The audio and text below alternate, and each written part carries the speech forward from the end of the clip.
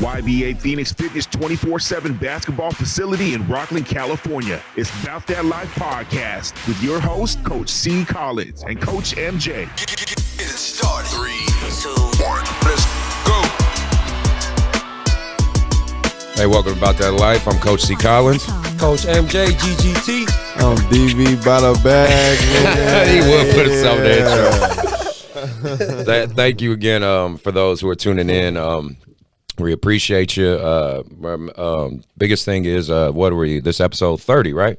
Right, yeah, 29. Or 29. Is it 20? No, yeah, it's 30. No, he's 30. 29 okay. was AT. Okay. Yeah, okay. so this is 30, man. 3-0. Yeah, so Okay, we're getting there. We're getting, once we get to my age, y'all I'm ain't happy. even been going for too long. No, this only a year. Racking them up. Only a year. Yeah, Only a year. started last summer. Yeah. So, if you're tuning in, if you're checking us out audio wise, please hit that follow, leave a comment, hit a review. If you're checking us out on YouTube, hit that subscribe button, hit that like button, help us out with the algorithms. Much appreciated.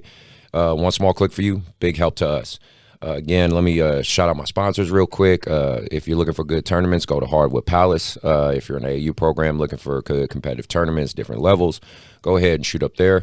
Shout out to West Coast Legends. If you need jerseys, sublimation, T-shirts, cups, any type of merchandise you need out there, go ahead and hit them up. All their links will be in the description and their contact information. Let them know About That Life sent you, and they'll hook you up with a good price. Also, be sure to hit up Dr. Dish. Obviously, the weather is getting kind of ugly right now, so, it wouldn't be a bad time to invest in a shooting machine. So next time the weather gets good, or if you can get indoors, you can get out there and get a bunch of shots up as opposed to shooting in the rain and chasing the basketball around. Go ahead, hit them up. Let them know About That Life sent you, and they'll hook you up with a discount. Now, let's talk about our guests. So this guest I know personinly. I don't know you, bro. Shut up. He's definitely he's definitely one of my sons, one of many kids I've watched grow up, and I still try to give him a little bit of guidance, even though he grown now. These kids get grown; they're grown now. So nah, this really my guy right here. Like, all jokes aside, like I really got a lot of love for this bum right here. Like he taught me a lot. You feel me? I used to have a real bad attitude. Yeah, like back in the day. Yes, feel he me? did. Like anger issues and stuff. He kind of helped me. He gave me a couple little long talks that I probably didn't feel like listening to at the moment, but ended up working out in the long run. So I appreciate him for sure. No problem, man. I'm very proud of him. Just want to make sure that's very clear and out there. I'm very proud of him and his group of guys who I connected with. We're gonna get all into that more into the show. And talk about his history with YBA and basketball and just how that ties in. But this should be a great show. I'm glad he's here. Mm-hmm. And without further ado, let me introduce DBBoutabag. Welcome. Finally. Right? Y'all how many times we have to reschedule? Like 7 or 8. I mean, y'all don't know because you guys are just tuning in. It took a while to get this man here. So I've been telling you, like, a lot of my kids that I train, like, I remember the first time we posted that he was gonna have, like, all my kids was like, hey, I'm about to tune in, coach. I'm about to listen. After like the 5th time, they're like, all right, y'all full of shit. Like, y'all don't even know him. Yeah, so no, it was actually really cool.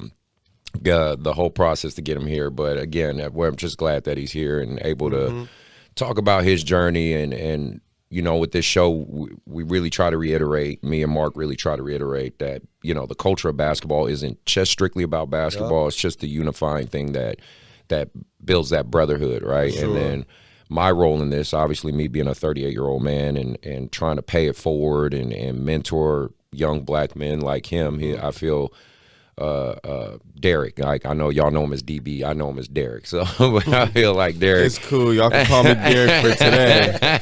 I'll get a pass today, but outside of this room, I'm gonna ignore you. I don't know.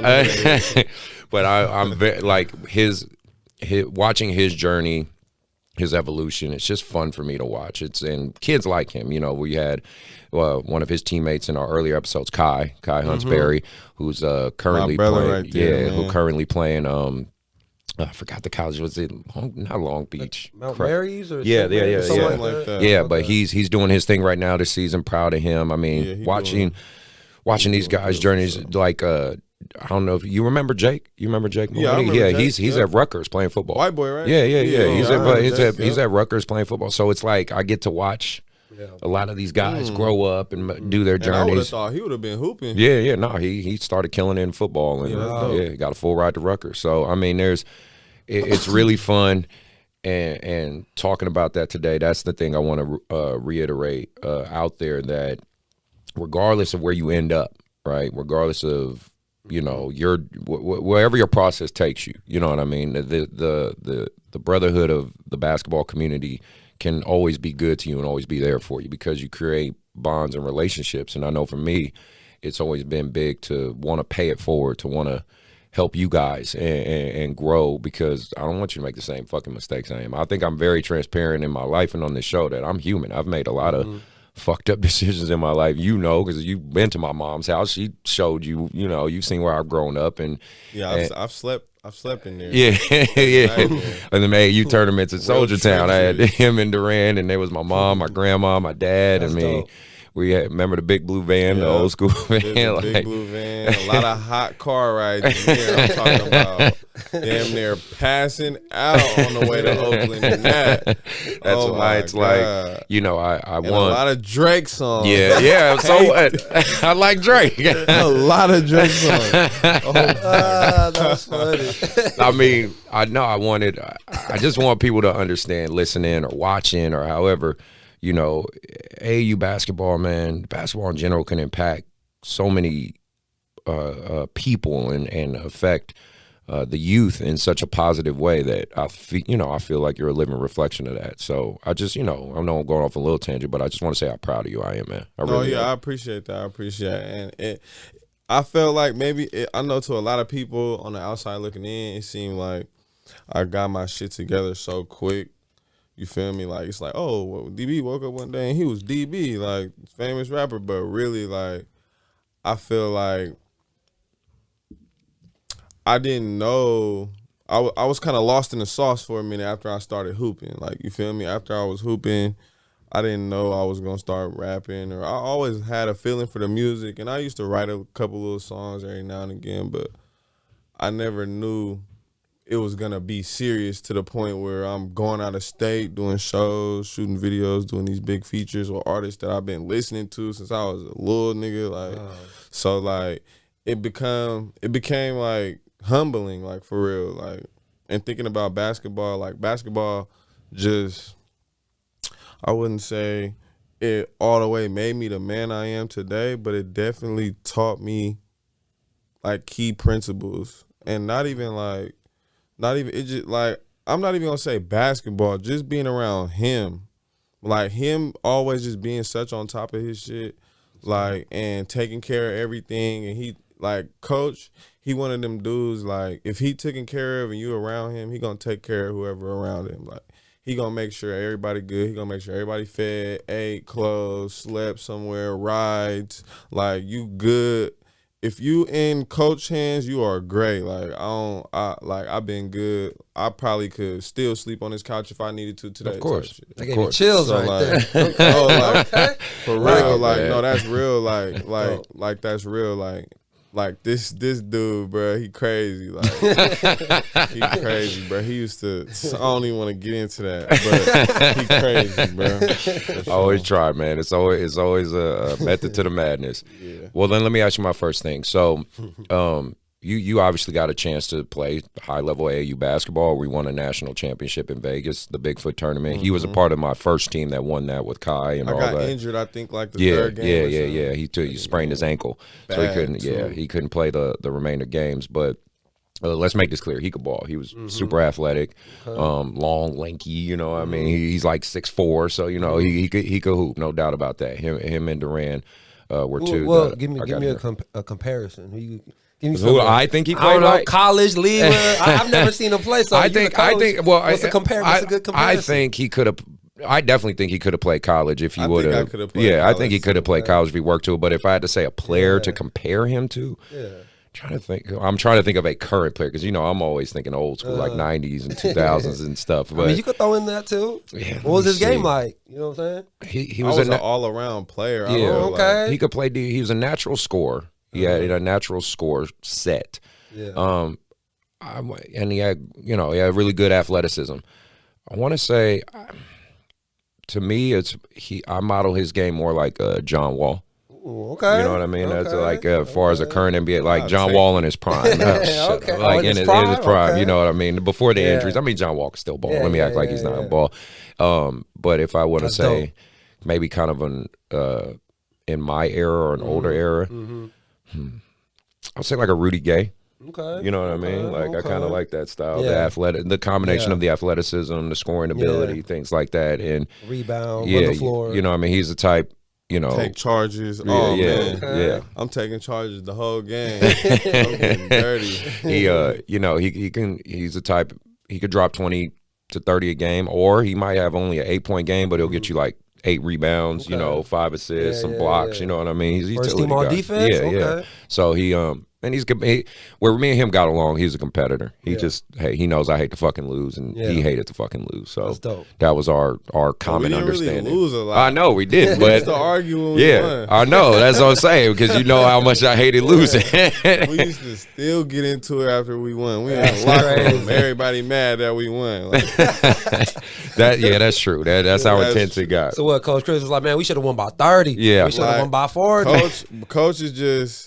I'm not gonna say he just want everything to be perfect, but he just sees where things could be improved at. You feel me? So after the game, before he pat us on the back and tell us y'all had a good game, he gonna be like, "Hey, nigga, you should have used your left hand more. Hey, bro, what's wrong with you? You're not gonna get it back on." Like, you know what I mean? He gonna chew us out before he give us the pat on the back. For True, sure. because I just my reflection, man. Like Mark, for me, you always can learn. You always you could always get better. You know what I'm saying? And that's always something a big deal. That's always something I always wanted to get to my boys, is like you can always improve on something. You can always find something. Even if you find success, there's still something you can learn, right? Yep. So that's something I always wanted to instill in him. Infinite game, like you always say. Right, you can always chase perfection. Right. Always. So then, what would you say overall your experience with AAU basketball? Always kind of lead with that question. Like, what do you feel about AAU basketball? Good, AAU bad, everything. Basketball is like, it's a good experience for sure. Like, it's definitely a good experience, especially if you love hoop, you younger, and you feel me, you want to see a different side of hoop outside of just high school hoop. You feel me? Because AAU is totally different from high school. I'm not gonna say totally different, but it's definitely different in terms of how many games you run. Your days are longer, like training sessions are longer. Like you might be in the gym all day, have 5 games back to back. Like you feel me? So some kids can't do that. Like you feel me? I done seen dudes quit. Like I done seen a bunch of dudes quit. Like you feel me? Just because I'm tired, too many games, or we just had games yesterday. Or, you feel me? Yeah. Like so, but overall, it was a dope experience. I got to meet some people. I got to travel a little bit. Like going to Vegas, that was my first time ever leaving Sacramento. Wow. Okay. Like that was my first time ever going out of the city. Like so I'll never forget that. Like that was my first time going to Vegas. Like dope. So he traveled like him and Duran. And shout out to Duran. That's like his that's his brother basically. Those two really gravitated with me a lot, and he has a bunch of teammates from that Encina team who I still love to this day. Victor, Jarrell, who am I missing? Marshawn. my boy. Yeah, big Marshawn, like all those guys. Like I love you guys to death. If you hear the show, just let you know, you guys are always welcome to come to YBA, and you're always got a spot with me.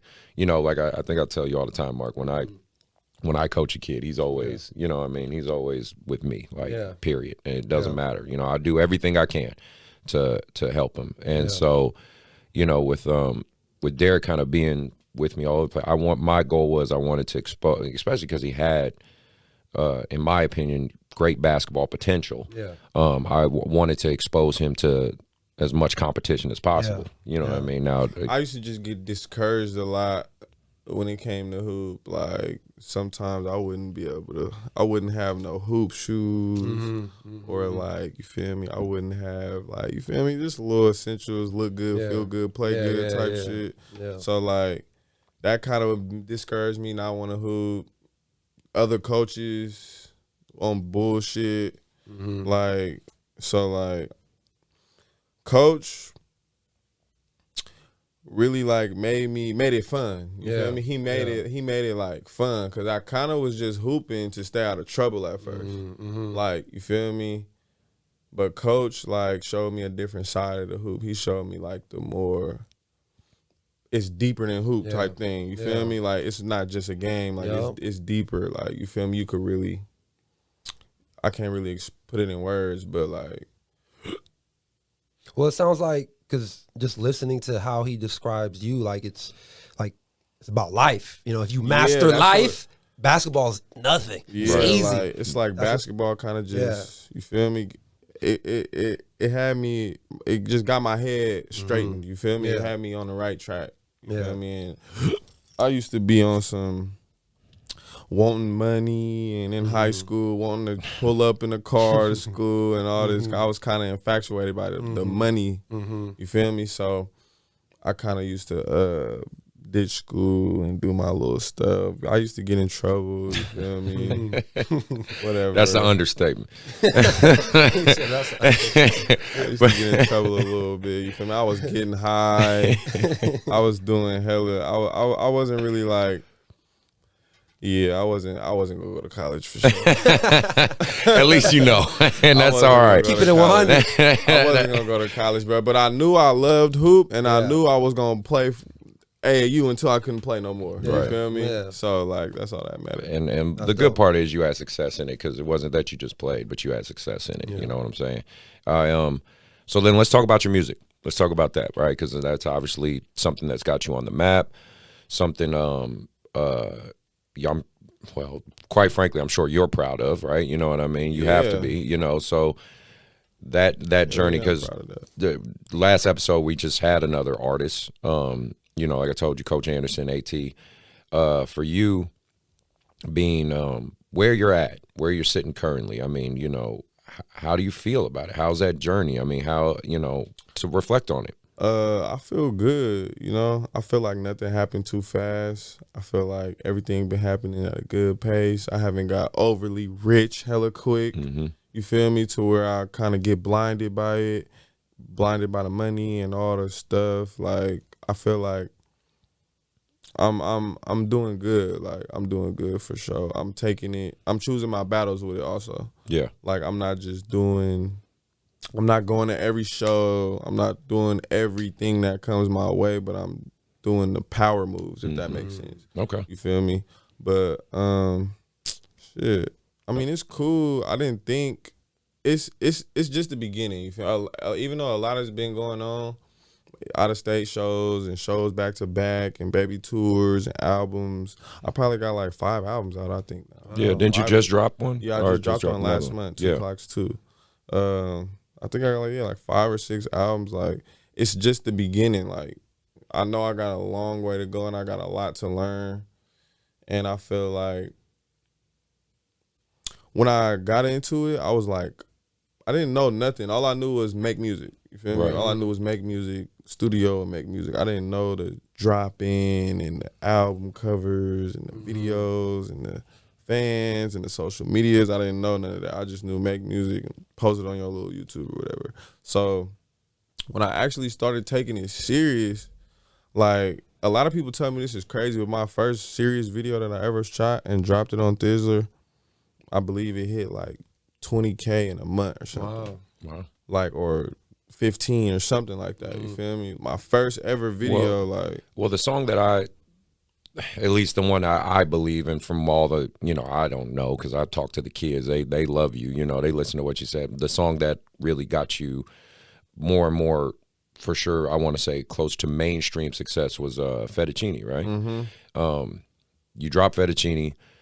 It goes viral. Everybody's listening to it. I'm seeing people, my kids listening to it over and over again on repeat. They're like, they're telling me about. I didn't know that was even his fucking rapper name as he was becoming famous. They were like, yeah, this DB. I was like, okay, that's cool. Like, and then I see who the physical person is. I said, that's fucking Derrick. Like, that's what I said. And they were like, who, coach? I said, I coached him. Like, you know, and so that you know, you got fame, or I'd say, like I said, I think that's your, and you could correct me if I'm wrong, but I just think that was your it song that got you, you know, your jump start. And you know, when that's happening, how does that feel? I mean, what does that feel like? It was the song before that. It was Bad Clint Tripping. Okay. That's the song that really, like, got me, like, my fan base. Like, that was my style right there. That's my main style. A lot of energy turned up. What year was that? Shit talking. I would say, like, 2018. Okay.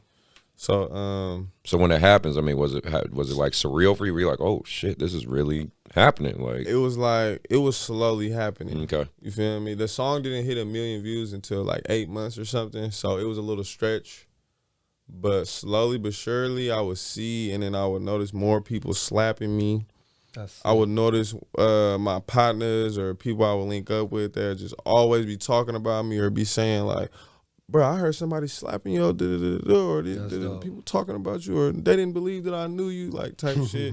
I used to just be thinking like, people just saying shit, but I still run into that. It's like 10 times worse now. So like, look, thinking back on it right now, like it was happening and I didn't know. You feel me? And right in front of my face, I didn't know what was really happening. I'm thinking it's just, feel me, cool, but it was happening like fast. Like I was becoming a real rapper. Like. That's it. So I think for me, and you can correct me if I'm wrong, I'm just going off of kind of how I see it. You're to me, you're like 1 or 2 steps away from hitting like that true mainstream success, right? To where like everyone in the country is going to know you and your style and things like that. I feel like you're 1 or 2 notches away from that. If that happens, is there like any personal goals of yours? Are there certain artists you would like to maybe collab with and things like that? I mean, I feel like as an artist, you always have that in the back of your mind. Like, man, I would love to do one with E40 or one, you know, with Jay-Z or something. Like, is there a couple like top 3 guys you think like, man, I'd love to collab with one day? On some like just like younger kids slapping my dad and mom shit. Like, if I ever become that famous and I have access to this verse, I definitely need a Lil Wayne verse. Like, nice. I definitely need a Lil Wayne verse. For sure. Like that'll be sick. That's mandatory. And who else? You got 1 or 2 more? I don't know about a top 3. I would say Wayne. Oops. Our styles are not the same, but I'm a fan of that nigga Kevin Gates. Kevin Gates is dope to me. Okay. Who else? One more, last but not least, I would have to say G Herbo too. Nice. Okay. G Herbo. All right. That would be another big artist that I would say I want to work with. So that was my top 3. If I could ever get access to them verses, them is the 3 verses I would want for sure. That's dope. Nice. And then so any outside of the album you just dropped, like we were just talking outside, but I'm just saying you have other projects or anything going on in the works right now you want to bring up? I'm working on another project right now. I'm probably I plan on putting 20 songs on it. Usually I only do 10 or 11 type shit, but this time I wanted to make it a bit bigger, make it longer, something for the fans, you feel me? Or not even for the fans, I just want to do something different. I want to push myself a little harder because sometimes on my last projects, I'll get to the 9th, 10th song, like, man, I'm just gonna drop these. Like, I'm just tired of holding on to them, you feel me? But I want to push myself to do like 20 to like 15 to 20 songs. Okay. Shoot, majority of them. I haven't came up with a name yet. I probably got like 4 or 5 songs done right now. Okay. But it's a process. I've been having hella shows and I've been running around. So it's hard to stay in the studio. I don't like only going to the studio for an hour or 2 hours. I like to be in there all day so I can lock in. Like, I need at least minimum 8 hours in there. Like, that seems to be a thing. And again, I don't know the process. So you know, you're talking to somebody who's an outsider, right? But like I can only reflect on and he's a friend of mine. He actually helped sponsor my teams before, Mr. Fab. you know, Yeah. Stanley.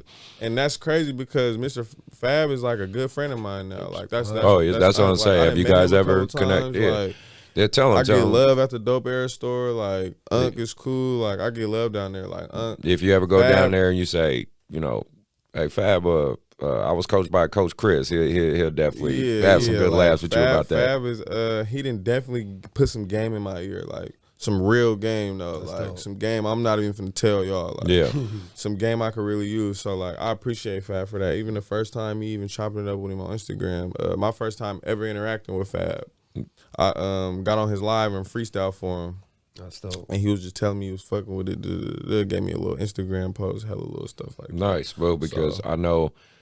Well, I'm just saying for him, he'll go in the studio and be in there like, you know, 24 hours straight and try to crank out a bunch of songs. So that just seems to be a big process for artists. Can't do 24. Yeah, like, I can do 12. Yeah. I did most hours I done did was 12, 13. Nice. One day? One day. Wow. Yep, straight, flat. But you got to 12 be, to 12, like you 12 say, to you got to be dedicated to your craft, right? Definitely, for sure. So no, that's good.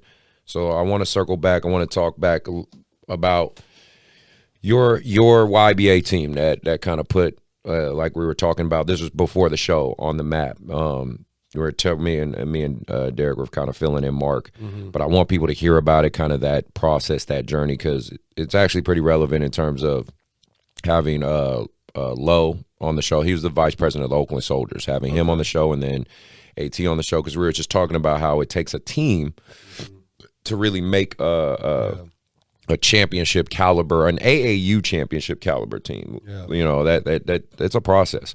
And because at first I had Derrick and Duran playing with another coach and another team, Coach Adam. Shout out to Coach Adam.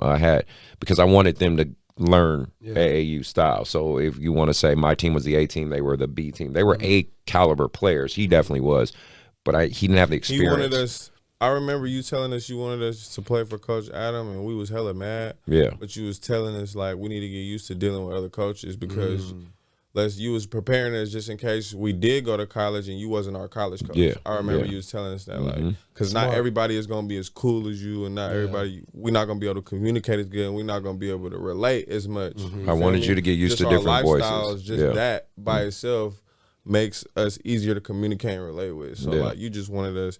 I remember us telling he wanted us to. You feel me? And I feel like even that, like that something so small like that can even be so big, as in for you to be able to switch it up when you're around. Like, you feel me? Because me and Duran coming to here to YBA, like, man, it was like two black sheep literally in a very white area, in a white rice field. Like, you feel me? That's what it is. It was uncomfortable. It was definitely uncomfortable for us. Like, but I was trying to teach them. How like to that, interact. it's always gonna be like that. You gotta be comfortable with being uncomfortable. You feel me? So like, and he just used to tell us like, you could just come in and show out and ball. Yeah. You feel me? And nigga, that's what we did. And then as they started seeing we was serious and we was coming all the time and we was actually hooping and competing, like they was backing up off us a little bit. They was giving us. And not even talking about the coaches in the program. I'm talking about the players. You feel me? The other YBA players. They was giving us a little hard time. You feel me? On during the warm ups and shit. You feel me? But once we start kicking that uncomfortable shell door down, wasn't nobody. They wasn't. You feel me? Fucking with us no more. Yeah. They actually could see that we actually had talent. We wasn't no scrubs just coming on the court trying to, you feel me, outrun something. Yeah. You feel me? And then once they evolved, got comfortable, then I put them on my team, and that's when they were ready. They got that experience and put them on my team, and we just went off to the races. Was still there too. He was around. Still. Yeah, he was.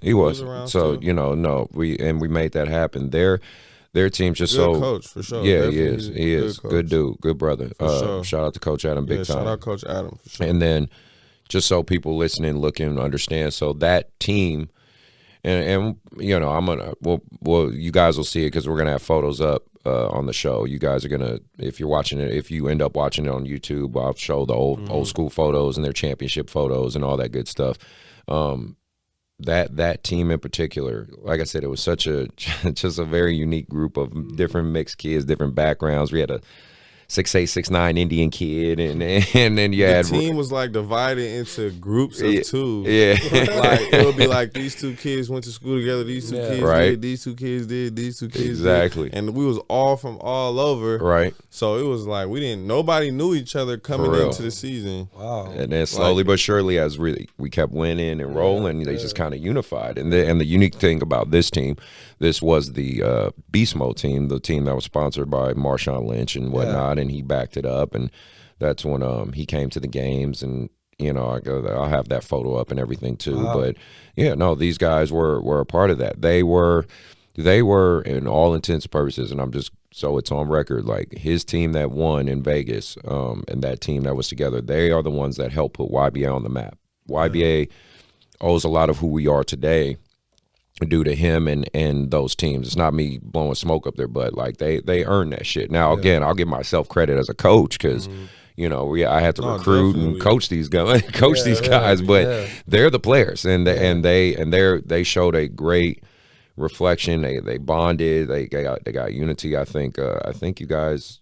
I mean, like you said, you all might not talk every day, but I think you all are always going to be cool with each other. Yeah, that kind of took the words out of my mouth just now. I was literally just going to say, like, that team, I could tap in with everybody on that team, and it's still cool to this day. We link up. Like, me and Kai still talk all the time. We play the game. Like, even though I might not see him all the time, like, I have a good relationship with Kai's dad, like his mom. Like, it's cool. Like, it's love. It's all love. It's always been all love. Because when I see him individually, and it really happened like that after the Vegas. It's crazy. It was after Vegas when we really like came together. Yeah, because we were sleeping all in the same one living room, the whole team. We rented this big ass Airbnb and all that stuff. We sleeping on lawn chairs in the living room from the backyard. Like, you feel me? Putting pillows on them and shit. Like, up all night. We got a whole tournament tomorrow, and we up till 7 in the morning. These AAU trips you parents don't know about.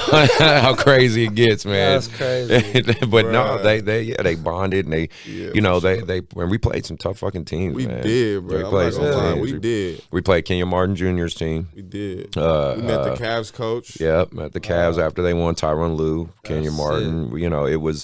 It was great. Al Harrington was around. This shit sound like this shit need to be on Netflix. they need to do some Last Chance U. Like, go back. No, right. It would. Like, man, I'm telling you, their team was. It would be a great. It honestly would be a great show. That would be a good show. Because they all, funny enough, they all in their own way became successful in whatever they're doing. Sure. Like do you Durant. know how Jack doing? Jack, no, I haven't seen him in. I assume he's doing. No. You know what? I did see Jack. He's actually coaching now. He's coaching. He's coaching now Jack at the was Del Oro. Cold. Yeah, he's actually coaching now. Cold, He went to college. A cold white boy right there. I think he was playing, but unfortunately COVID happened, so he had to come back.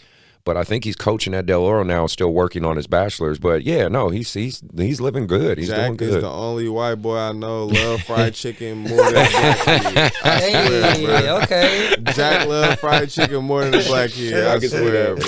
Splash for my boy Jack. That's my boy right there. That's dope. It's like because do you remember Carson?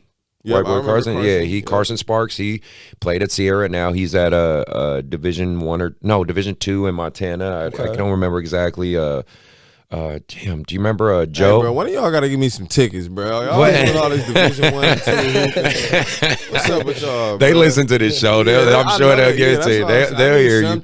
No, that's what I'm saying. His whole team, in one way, shape, or form, actually was really successful. But it really was just this ragtag group of like. Yeah.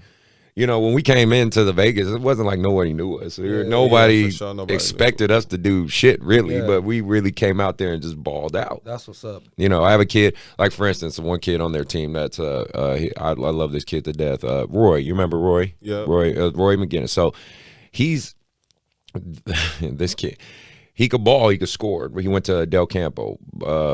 I think he holds the record for like most points in a quarter for them. Like he dropped like I want to say 30-something points in one quarter. It was ridiculous. This dude can score. Yeah. He's at Sac City JC right now. Okay. But he's a genius. He's clinically a diagnosed as a genius. He got a perfect.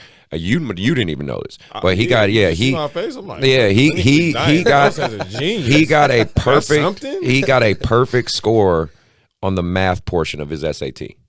Like he can get one answer wrong. He was on. He did it in front of me, but they took him to these trials. So his dad's an engineer. I think mom's a doctor, or no, or it might be reversed. Sorry, but either way, like parents, super smart people, great people, love them to death. But like he can multiply any math equation in his mind. Yeah. So like they had him on TV doing this shit. It was hella funny. Like TV? So yeah, it was something he showed me, and then he did it in front of me. Like he'd say, give me any number, and we'll start from 50. So it'll go like 5 times 50 is 5 times 51 is this, 5 times 52 is this, and he could just do the math in his mind just like that. That was like his shooting guard. You see what I'm saying? Like Kai was the point, he was the shooting guard, he was the small forward. I mean, that was the type of weird mix. Just so people understand, like these dudes had so many different backgrounds and stuff, but they just came together. If you would see all of us together, you would never. That wouldn't even slip your mind. You're gonna be like, who is these ignorant boys? If you guys had like a reunion, and right? Like, this team right here beat Kenya Martin. Exactly. They beat, you know, right? And it's crazy because you'd be like, no way, no, they did. It's like, yes, they did. Yes, that's they dope. did. So, no, man, it was a great time. It was a great group. I really appreciate having them and having the opportunity to coach them. Next thing I wanted to ask you, just reflecting on it, how before we move on to the NBA and all that other good stuff, what I'm really proud of you on, and we talked about it before the show, is regardless of where you're at with your financial success, your fame, your following, all that stuff, you seem to really try to keep yourself grounded. I said the same thing when Marcellus was here too. Like, that's one thing I'm very proud of guys I've coached like that, finding their success. He's as you saw when we were group texting, he doesn't big time me. He doesn't, he's like, oh, who's this guy? Like, you know what I mean? He's never big time me. He's still the same knucklehead kid that I see. And, he's always kept his group tight. Yeah. Like some of the guys we were talking about in Encina High School that I coached, he's still very close with them, and tries to, and he's, you got to keep in mind where he's at in his life now. He's kind of he's the face of it now. You know what I mean? He's kind of the leader of his pack, but he's always been real humble and takes care of his guys. What's helped you to do that? Like, what's helped you keep that mentality? Damn. The kind I don't know. I think it's just in me. Yeah. Feel me? I think it's just in me. Like, once I feel like we got a bond, if I call you brother, or like if you were like a real friend, like, I don't know, it's just in me. It's just natural. I can't say, oh, this happened to make me do this or act like this to my guys. It's just who you are. Yeah, it's just what it is. Like, I can't really explain that. Good. I mean, that's huge. I just want people to. That's why I talk about this kind of stuff on the show. It's just because I want kids, I want parents, I just want people to see the impact basketball can have on somebody's life. Yeah, that's why I was so hell bent on having you on the show. It's just because I'm so proud of you, and I just feel you're a reflection of the positive basketball can have. Right? Definitely, hoop made me more mature. Like, it made me a little bit wiser than it put me a little bit ahead of my time, especially dealing with this old head right here. Like, so I'm getting there, man. I'm getting more and more grays. Yeah, of course. So, like, you feel me? He put some game in you. You feel me? And also the game put some game in you. You feel me? You notice other stuff.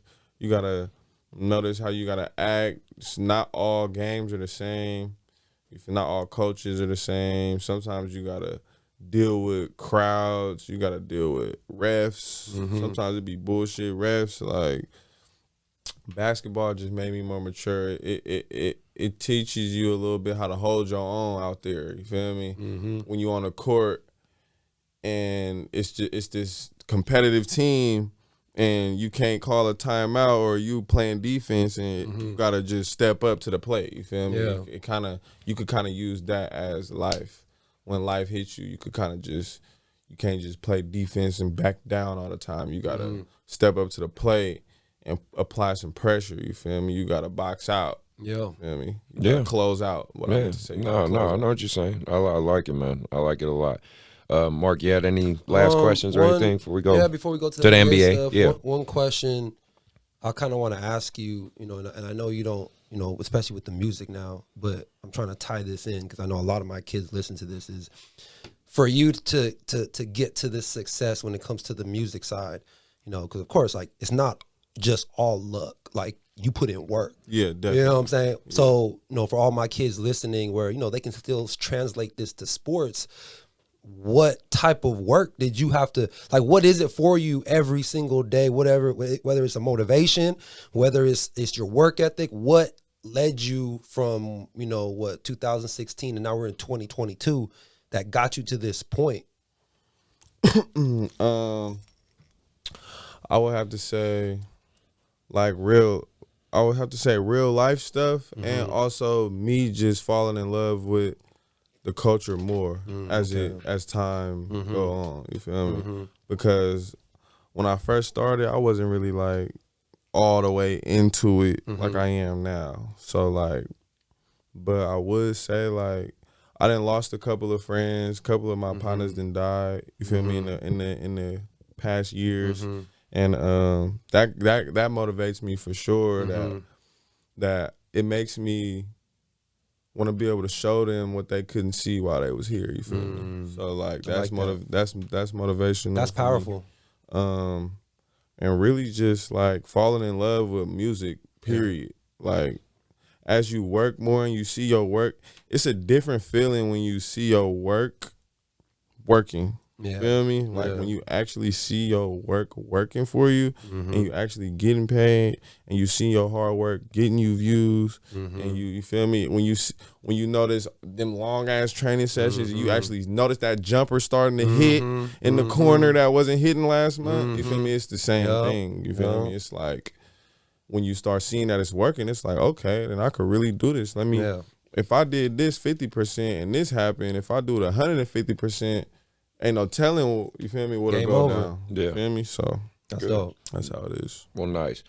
Well, let's talk NBA a little bit, right? Because there is a bunch going on there. Yeah.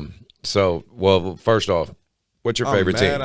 I'm hella mad I missed the Sacramento Lakers game. That was just Well, that was preseason when I went. That was preseason. That don't count. No, wasn't LeBron and Rondo and everybody just out here? No. I don't think so. No, the Lakers didn't play, did they? You would know more than me. I swore they did. I think not regular season. Not regular season. Okay, that was preseason. Okay. That was preseason. Okay. Yeah, they were out here, but that was preseason. Okay. And they lost. So The Lakers lost. Yeah, the Lakers lost. Yeah. We've been losing. He's a Lakers fan, so you know that's. Losing. So what's your favorite team? Is it the Lakers or who you? I don't really or you have just a got favorite players? team. I just I like my boy Dame. That's my boy. Dame. Okay, Dame. I can't be mad at that. That's my boy right there. I'm a big Dame fan. All right. I'm not really too much team. I don't really watch too much basketball. Well, you're busy now. Shit, yeah, it's probably I hard can't for really you. just sit down and watch it. But when it's a big game or something, and barbecue, you feel me, type shit, game vibe, I'm for sure sitting down watching the game, and I'm gonna pick my team, and I'm making my bets. And I'm doing my thing. Let me ask you this: since you're a Dame guy, they've been talking. There's a lot of rumors about him possibly he need to leave Portland. Yeah. If he want to win a shit, but he's been kind of saying. But Dame got that bag though. Yeah. It's crazy because Me and my partner was just having this conversation the other day because he was saying he was talking that ring shit. He was like, Dame don't got a ring. Dame don't got a ring. Yeah. But Dame got one of the highest contracts. Isn't he one of the highest paid players? I know he's paid. Yeah. I know he has. He has a max contract with Portland. Yeah, I believe be he's one of the surprised. highest paid players. I would not be surprised. Like that. So in the long run, you gotta think Dame is from the town. Yeah. You feel me? So you gotta think of a little black boy made it to the league. He not worried about no championship ring. He trying to make sure he got that bag. His family taken care of. Right. Everything is good. You Yeah. feel me? So I feel like me personally, I feel like Dame don't too much care about a ring. Yeah. Not honestly. yet. Not yet. I think he does, and he does. I mean, it's a combination of both. Yeah, but it's definitely okay, I want a ring. Don't nobody just want to lose. Yeah, I'm not saying he doesn't want to Definitely lose. that. He wants to stay loyal. He don't. But want he wants to do it his own way, Yeah, right? He yeah. wants to do Stick it on with one team. Yeah, he doesn't want to, doesn't want to be on a super team. don't That's wanna what be I KD. agree. Yeah. I don't think he wants to do the super team route. That's what I think. But I would switch him with Westbrook right now.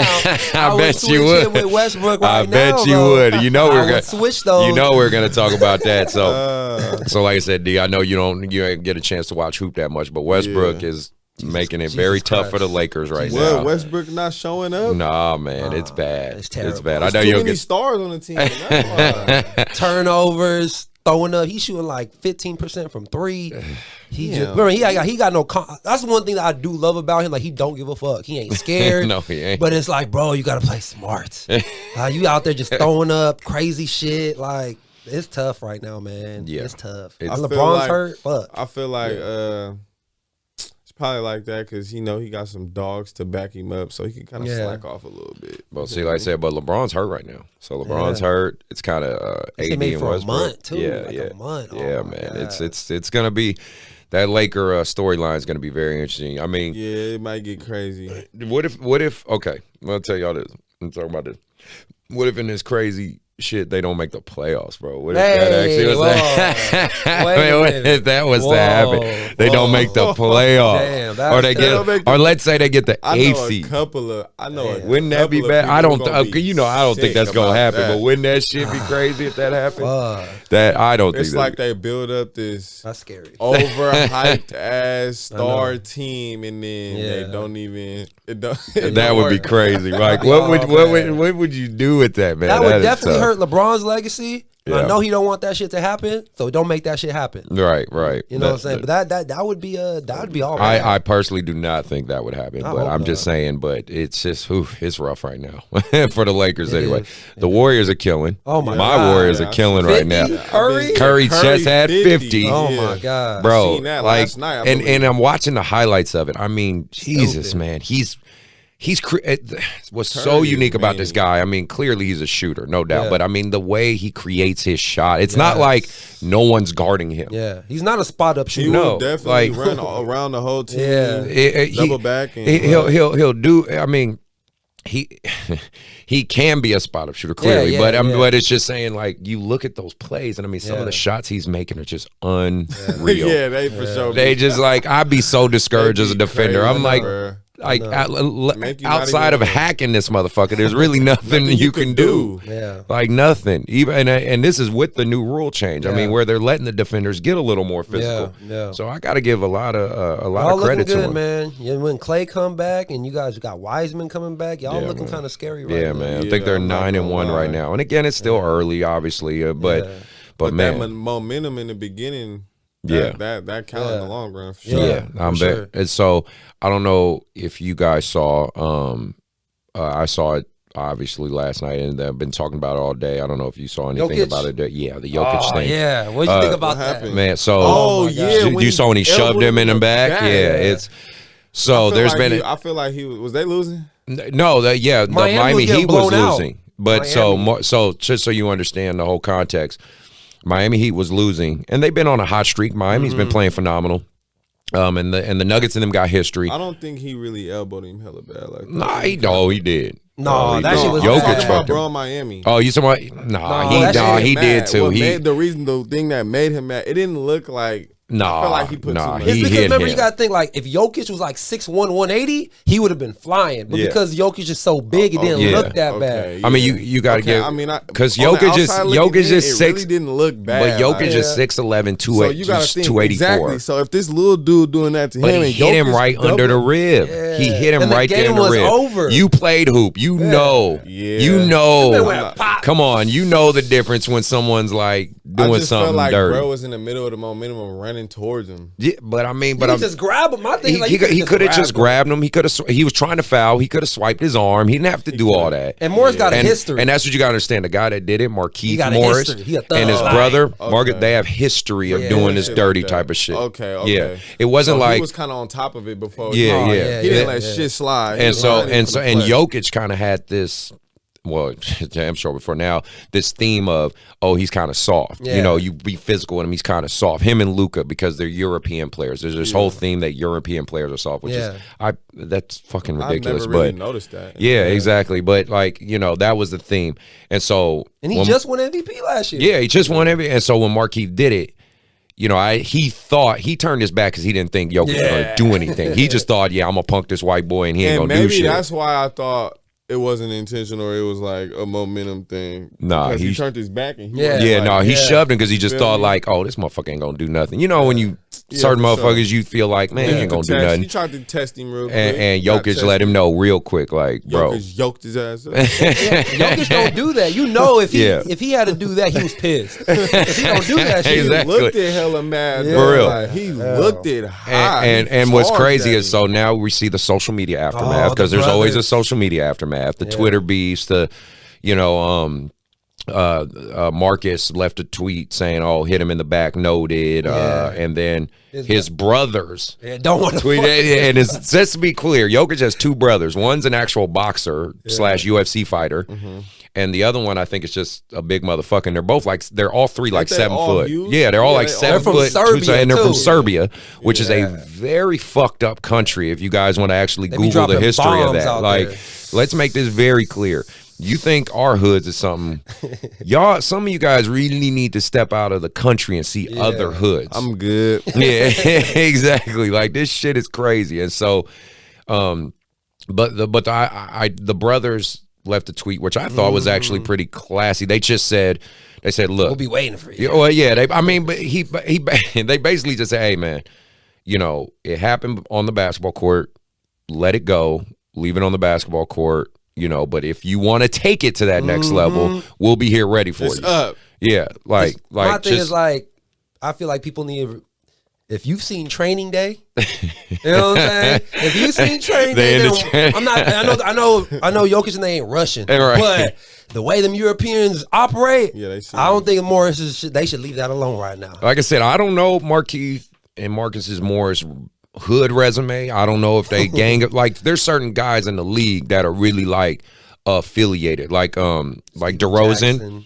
Yeah. Steven Jack, like DeRozan's affiliated with the Crips, like real live with the Crips. Udonis Haslem, is like a real live Florida nigga. Like, he's a real live, like he's that guy in Florida, like Big Meech type. Like, I can call hits on you type shit.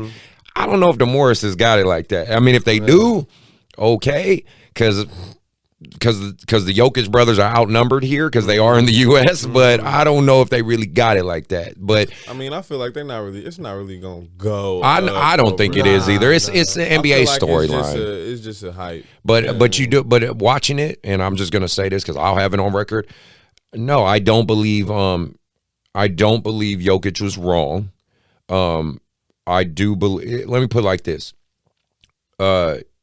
If you are willing to cross the line into dirty territory, get ready to get dirty. Yeah. You know what I mean? Like, you can't do dirty shit as a player, and you could be physical. There is a balance, and we know this as hoopers in this room, between physical play and dirty play. There is a difference, right? Physical, I can respect. I can respect that. Like physical, that's yeah. A little bit of trash talking, barking, like grab my jersey, yank my jersey. Yeah. Like a little bit of try to elbow me when you walk past and the ref turned around. Yeah. Now you crossing the line into okay. Now you want to play dirty. If you gonna do some dirty shit, expect to get dirty. You know what I mean? And unfortunately, what happened with Morris, he did some dirty shit and thought he was gonna walk away clean. He didn't think Jokic was gonna do that. Yeah, he thought Jokic wasn't gonna do nothing, and then he got fucked up. I didn't feel that big ass coming. Like, he just didn't think. He thought, oh, I got this. I punked him. Like, and Jokic said, hey man, I'm 7 foot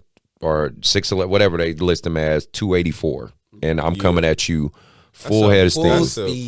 Full head of steam. And this is the one thing you fans and you casuals sometimes need to know, because of course I see all the Twitter comments and all this shit. Y'all need to start going to some NBA games and literally seeing how physically big these people are. I thought I was big. Nah, them motherfuckers. We went to a college game. Yeah, not even a league game. They giants out there, the man. girl team. The girl team was huge, bruh. I swear, I can't make this shit up. We walking in the hallway, either the girls getting ready to play or they just got done playing or what. But the girls is giants. They giants. Like, I swear they hella big, bruh. Like, so that shit crazy. That's why I want people to understand, because you see.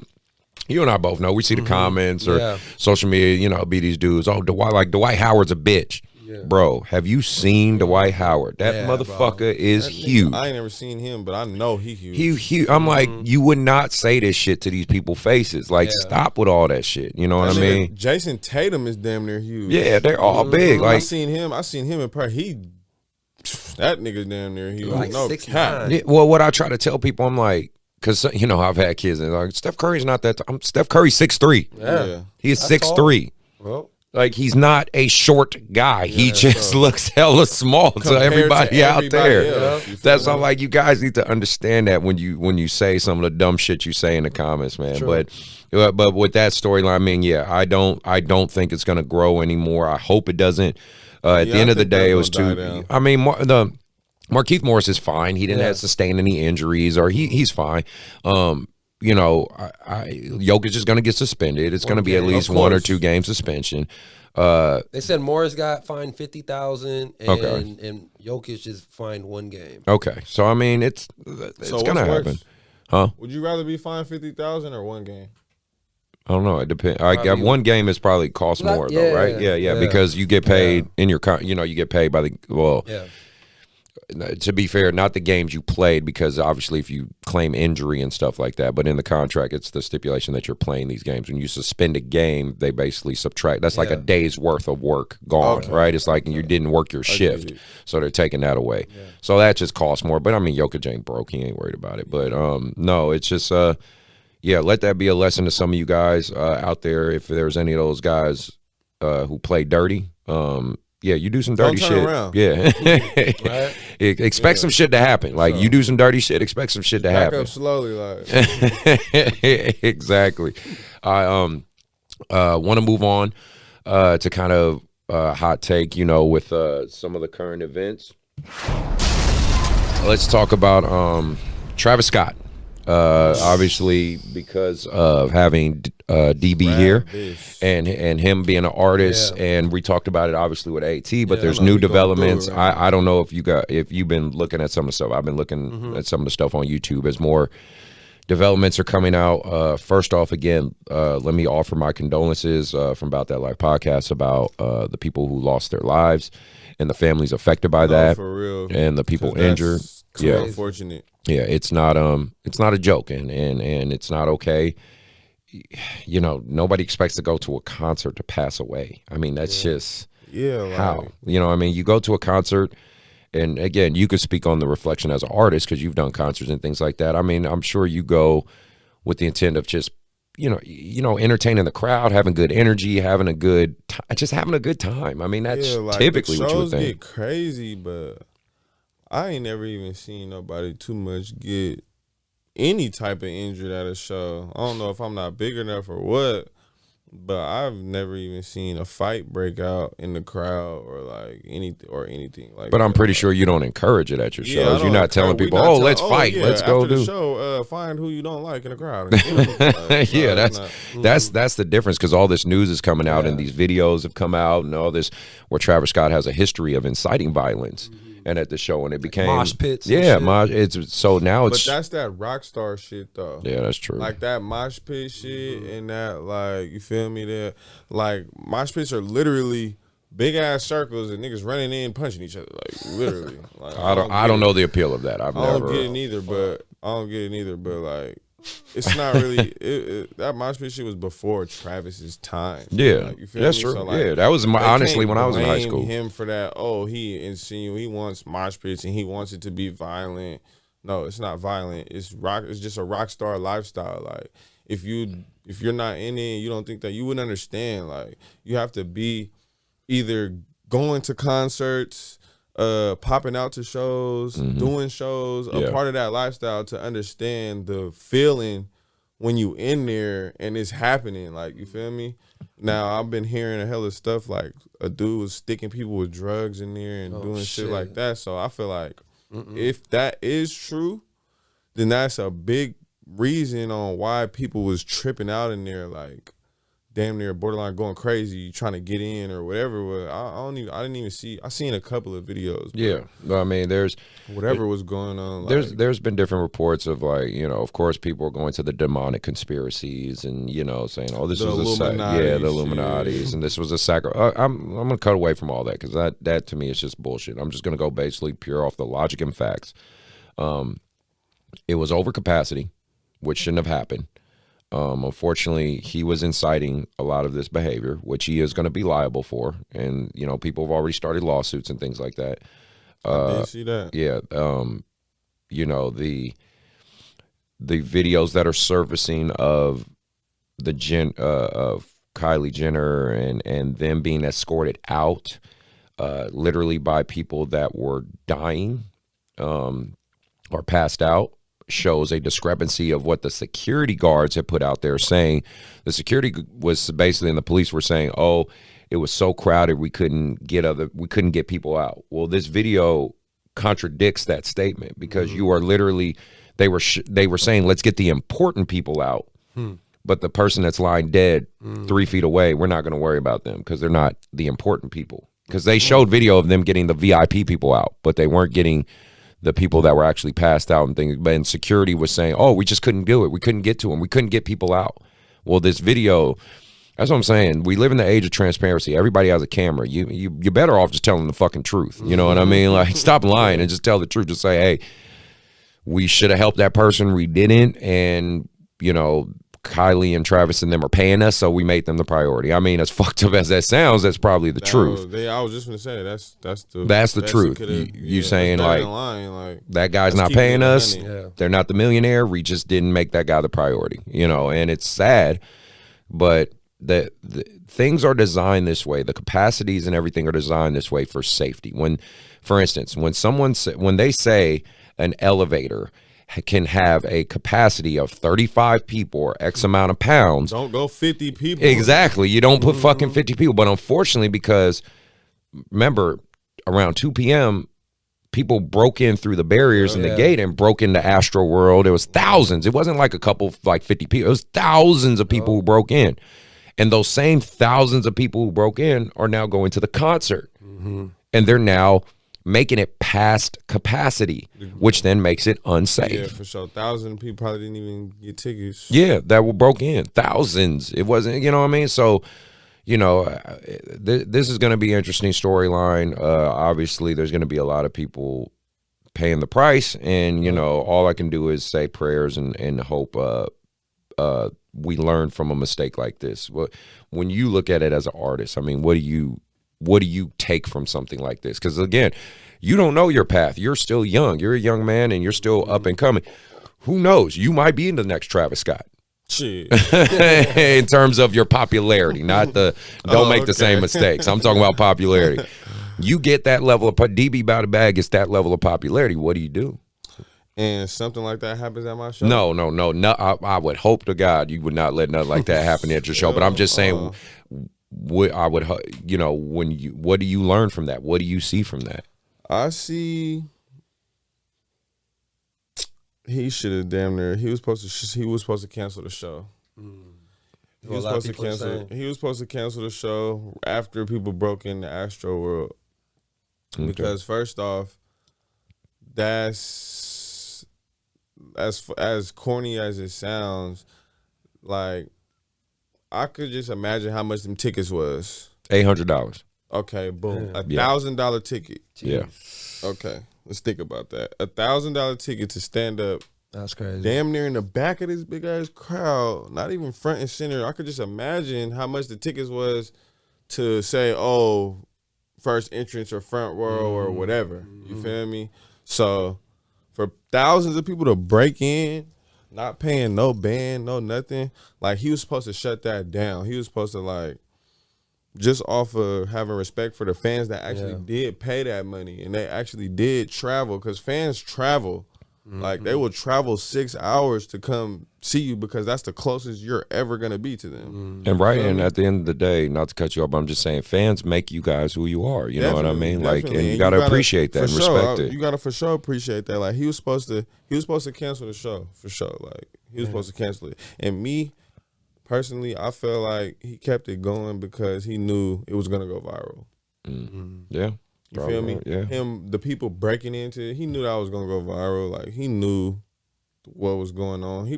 I'm not gonna say he knew they was gonna break in and people was gonna die. Yeah. But I feel like after the break in, like I'm pretty sure he was up to par with everything that's going on at his park. Like let's be real right now. I'm pretty sure if nigga break into your house or break into your brand new amusement park, whatever, you're gonna know what's going on. Right. Like somebody's gonna call you like, it's getting kind of crazy here. Yeah. Like, you feel me? Yeah. So Right. I feel like he should have been prepared for the worst. Okay. Yeah. What about you, Mark? Any thoughts on all this craziness? Yeah, man. Like I said, I've been seeing a lot of videos and everything like that, and it kind of it seems like I don't want to say he don't give a fuck, but I just feel that it got too far. Yeah, it definitely You know got what I'm too far. saying? Too far. Way too far early. Yeah, and I feel like it's going to.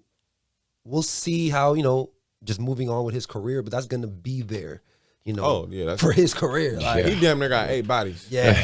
Damn. I mean, that's tough, and He damn near got 8 bodies that he got to account for. I guarantee you this: anybody who does mass concerts like this from now on, there's going to be tremendous For sure. pressure and safety measures now in place. Yeah. It is Shows never like going to that, be the it ain't gonna same. be fun no more. It's never going to be the same. I can guarantee you that. You know what I mean? But but from this show again, condolences to the people out there, the people that are still dealing with the psychological and residual effects of it. It's just bad. It's just bad all around in terms of, because again, you go into something like that, just wanting to have a great time and wanting to just have a good experience. You wouldn't even think like, you would never think going into something like that, it would end up like that. And it's not even like the concert got shot up or something. Yeah. Like, you feel Right. me? It's Yeah. not even like somebody came in shooting or it was it's like these is people literally getting stomped on to death. Yeah. Like getting trampled over to death. Like, I saw a video. that is many. I don't know if you guys saw it, like when the people broke through and there were people under. Yeah. Like, they looked like zombies. It looked like World War Z. Yeah, Right. exactly. No cap. It looked Yeah, like man. when they was climbing up the wall. Yeah. That shit looked crazy. Jumping bro. over each other. It was crazy. I just crazy. yeah, man. Somebody die right there, damn near. Bro. And that little first, Yeah, that yeah. gate Yeah. falling. Yep. Because it was it was too many people. Yeah. Just People on top running. I crazy. guarantee people gonna learn from this, man. Well then, For sure. moving on to our next topic. I want to circle back to a little bit of AAU basketball, a little bit of stuff like that. The biggest thing I wanted to talk about was, we've touched on it a lot in this show, but this is the last thing about it. It's just the impact. I want a lot of parents listen to the show, and I want the parents to hear it, as often as they can. And then, Derrick, this is mainly a question you can reflect on and things like that. But coaches have a good can have a really positive or negative impact on a kid's life. Period. Right. Definitely. Just period. And I've experienced both. right. And I want parents to more or less I want them to hear this episode and go to their coaches that at least their kids really appreciate and say thank you. You know what I mean? Because again, we understand as kind of coaches, even trainers, it's kind of a thankless job. Like, of course we're getting, like, especially when you're training, you're getting paid obviously to do a service, but there's so much more that goes into that. You know what I mean? Like when I was even having, you and Duran train and stuff like that. And it wasn't like their parents didn't pay me. I just took them up here and was like, come on, we're going to go work out and things like that. His mom was really cool. She was always thankful for me being in their life and being in his life. And they always said thank you. But I think a lot of people out there, especially in this day and age, started to take for granted. So I'm just kind of want to hear from you guys, having a great coach in your life, just a great person that can help influence you in a positive way. How's that impacted you? I mean, how do you feel? I feel like for me and for my situation, it was more of a blessing for me because of my background and where I came from. You feel me? And from going here to this big ass AAU facility, I feel like that's what it was. It wasn't, how can I say it, like,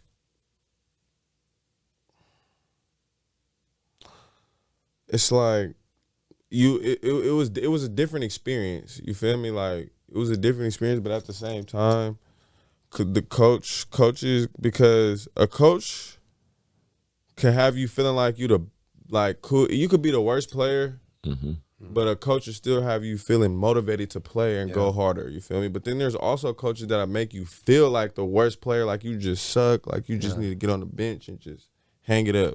You feel me? I'm not gonna drop no names, but I got kicked off of a team because I had a job interview. Wow.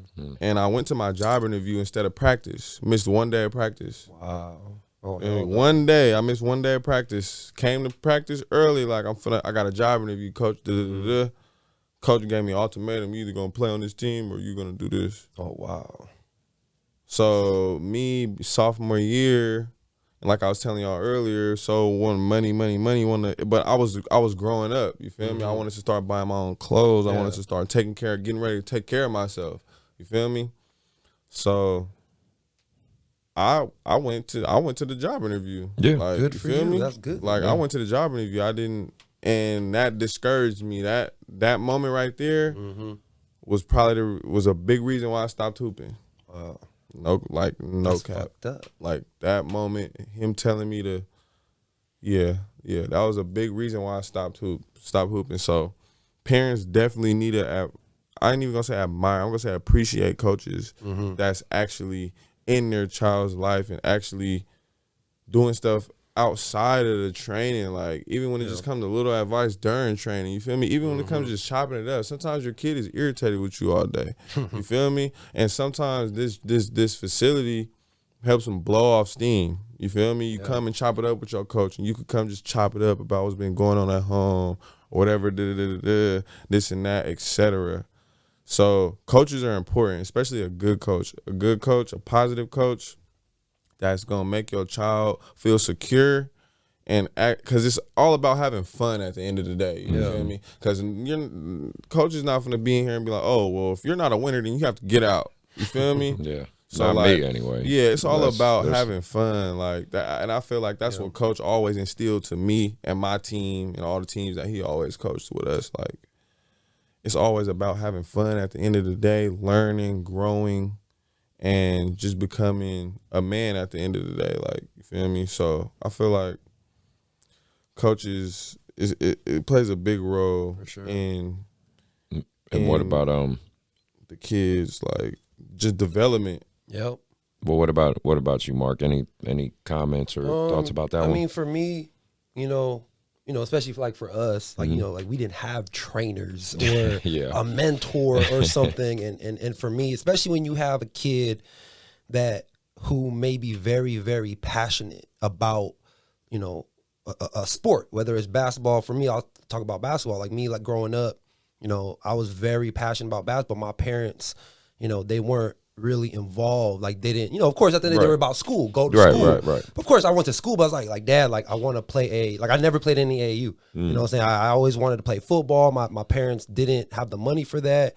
And through that process, me going to JUCO and me finding a way, like every kid's dream is to play in the NBA. Of course. For sure, definitely. For me to be able to do what I did, working at Outback Steakhouse, bussing tables, selling my car to go to a tryout overseas, to play 4 years in Asia, to me, like, that was my NBA. But to me now, to be a trainer, to where now I'm helping kids, where I knew I didn't have this person to, whether it was me getting the wrong agent, whether it was me just spending all my money overseas to get tattoos and basketball shoes, and to now and even the training side of it, where I would go to the park and just shoot, to now where I study the game and I can go to these kids and be like, because again, you can have so many different people who can influence you the wrong way and say they know what it takes, but they didn't even go through the journey. Exactly. To where I can tell my kids, like, yo, I did this wrong.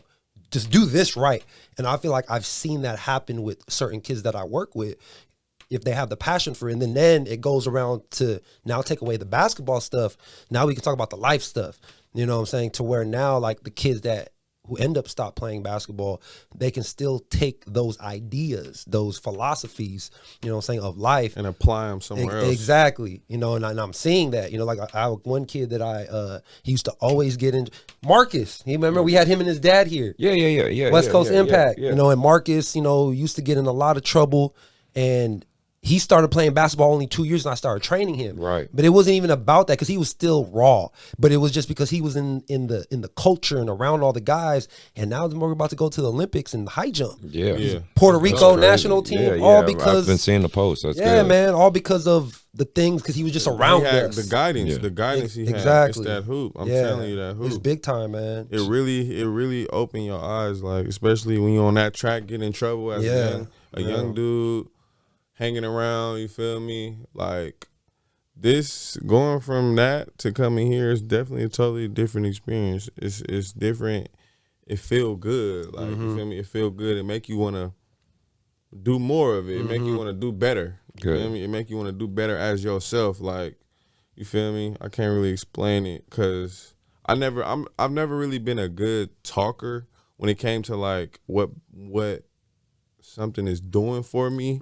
Like, it's hard for me to explain what's going on, but I just know. You know, like, it's there. Yeah, I know it's there. Like, I know what it did, but it's kind of hard for me to put in words. You put it in the best way. You explained it best. That last explanation, that was the best way it could have went. Like, well, then that's what I want parents to realize. Like, you know, when you guys hear my show, I want you guys to understand that, you know, and I say this all the time. I came up with the idea of this show, just hearing people's stories and getting the information out there. I wanted a place where people could sit down.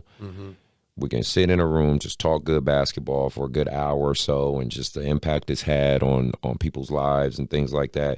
But also so parents can understand, you know, because we mainly working with kids, right? We're working with youth. We're working with their most valuable, precious thing that we have the same investment. We understand that there's good, there's bad, and typically, hopefully, if they're a good coach, a good person, we want what's best for them. In my opinion, or for me, I'm gonna say for me, because I don't really necessarily know all of your kids' situations and, you know, whatever they got going on.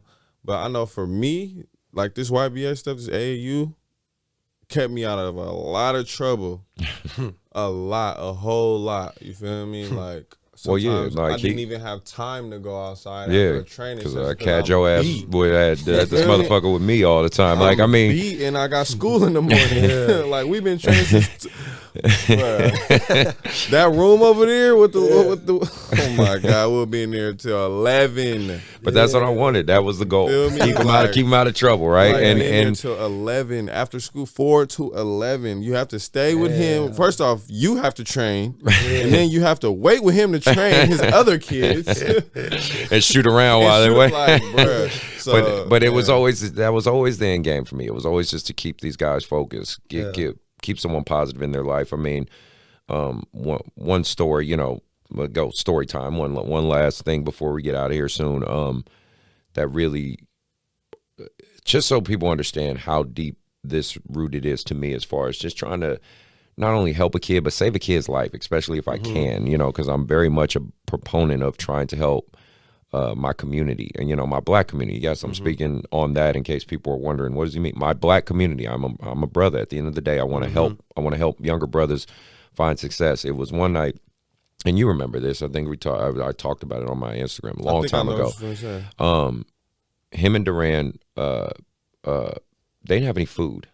Let me just put it simply like that. I won't get into all the details because that's pretty personal to all three of us. But basically, they didn't have any food for a while. And they called me one night and were like, "Coach, we haven't eaten." And I was like, "Okay, like, what do you mean?" They were like, we haven't had any groceries or anything in the house, you know. Duran's mother was having issues at the time. You know, Derrick's mom just wasn't there for whatever reason. And they called me, You know what I mean? That the fact that they felt comfortable enough to give me that type of information, first off, because keep in mind that we got 16 at the time, 16 or 17. And we was sitting in there contemplating for so long what we was going to do. Yeah. And you got to keep in mind, they're young men, young black men. There's pride there, you know what I mean? But for them to feel comfortable enough to call me and say, hey, coach, we haven't eaten, man. And we didn't even expect him to go full-fledged grocery shopping. Yeah, I went grocery shopping. And it was the middle. I think it was like, they asked me, like, can you just get us a piece? I said, no. Yeah, I said, like that. I was like, because you were at Duran's house, I think. And I said, and he lives in South Sac. So this is, I live in North Sac. So this was at least a 40-minute drive for me, 40 minutes. And they were like, and I said, tell me what you want, and I'm on my way. And we sent them a little list, and 30 minutes later, he pulled up with hella groceries. Wow! Talk about I spent about $200 on groceries, and I, you know, it ain't about the money. I didn't give a shit. I went down the street and I made. So I said, "Are you guys good? Is there anything else you need?" Another story off topic. He didn't got us. He got us literally coaching jobs at Sly Park. Yeah, I remember that. After that, like That's we was dope. like, mind you, we players ourselves. We damn near on a JV AAU team. So like, and we didn't know who was going out there to coach. It was like, we think we just gonna go out there and cleaning up, help around a little bit. Yeah. It turns out we damn near out there coaching younger kids. Like, you feel me? Getting paid. Like, I remember it was a weekend. I believe it was like 2 or 3 days or something. Yeah. We was out there. But we got paid like $100. $100. It wasn't much, but going, and he wasn't there. He didn't go, so we had to we was reflections of him that weekend. You feel me? That's dope. So going and taking care of business, and you feel me? Us actually getting paid and getting that little check or whatever. Boom. It kind of, you feel me? It made us feel good. Like, it made us feel like, you feel me? We was growing. It made us feel like men, like young men that he wanted us to be. Like, it made us that was needed. Sound like a game changer right Oh, there. because we always talk about, me and you and anyone on the show, we always talk about how it's deeper than basketball and things like that. It's just, I just want people to hear that story. Like, Love that. It's not about making me look a certain way or trying to say like, oh, look how great. No, I just want coaches and parents and everyone to hear, like, if you really are serious about this shit, it's going to be deeper than the game itself. For sure. And it has to be if you're passionate about it. You know what I'm saying? Like, if you're just coming into this, and there are AAU coaches, independent clubs and programs that I know for a fact it's all about trying to live some type of glory. They didn't do shit themselves, so they're trying to live through the kids, or it's about trophy chasing, all that. If you're coming into that with that, if you're coming into this with that type of mentality, you're only going to make it so far. You're not going to be here you're the infinite game. You're a finite player in the game. You're only going to be here for so long. I don't care if it's a year, it could be 2 years, 3 years, it could be 10 years. At some point you're going to end because your motivations are just in the wrong place. But if you're coming into this to just want to love the game, help some kids get better at basketball, and then build relationships with them and just watch them grow up and be great people like I get a chance to watch this bum over here do, you're coming into it with the right mentality. So, Amen. Yeah, that's just, like, and not to get too deep and philosophical, but that's just true though. Like, you feel me? I ain't gonna lie. Like, if you felt cringy over that, like, you just can't understand. You wouldn't understand no real shit. Like, simplified, that's just some real shit. Yeah, man. It's just I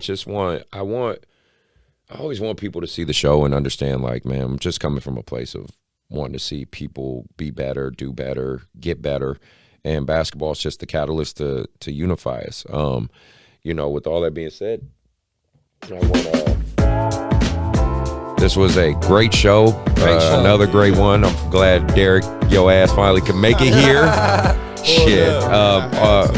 For those listening to and probably watching on the YouTube, we are going to leave links for all his information. Shoot him a follow, watch his career. I have a YouTube channel also. Oh, you do? Oh, excuse me. YouTube channel, DBBoutabag, capital DB dot capital B Boutabag. Good. I got new videos on there, vlogs on there, album audios, anything y'all need. So all that will be in the description. We'll get all that information out. You know, the biggest thing out right now is, you know, everybody's season coming up. Hoop season coming up. Yeah. Go out there, kill it. You know, you got high school, college. You know, it's all about for the most part, college is geared up a little bit, but you know, I know you got MJ's game this Thursday. San Jose State, Cal State. Yeah, shout out to MJ, man. Go out there and kill it. Also want to do a shout out to the coach from CTB. Coach Jay. Big shout out to you, brother. He was also another brother that was, you know, in his life. He didn't coach him per se, but he was always there and had his back. But love what you do, man. He's from West Oakland like myself, so big shout out to you. Count the Bucket, a great program. Yeah, Great CTB, program. Count the Buckets, man. He's doing good work, and he's all about the kids too. He's all about the kids big time. So, you know, keep doing your thing, brother. Mark, you got anything else? No, man. Hey, man, it was great meeting you. Keep inspiring. Nice to meet you too, bro. Yeah, man. I'm a big fan. I gotta come pull up to one of the practices. Yeah. Oh, my guys gonna go crazy for real. They will. I gotta pull up. No, big shout out to everybody, man, and stay safe out there. Hit that follow, hit that like if you feel like it. Thank you for my Patreon members, our subscribers. Keep rolling with us, man. We're going to keep trying to grow this thing. Big shout out to Joe, our cameraman. He's doing great work right now. So, you know, his links will be there too. So you can give him a follow if you need some good work for some videos, some photos. This is the guy to talk to because he's doing great work right now. Everybody be safe, and we are out.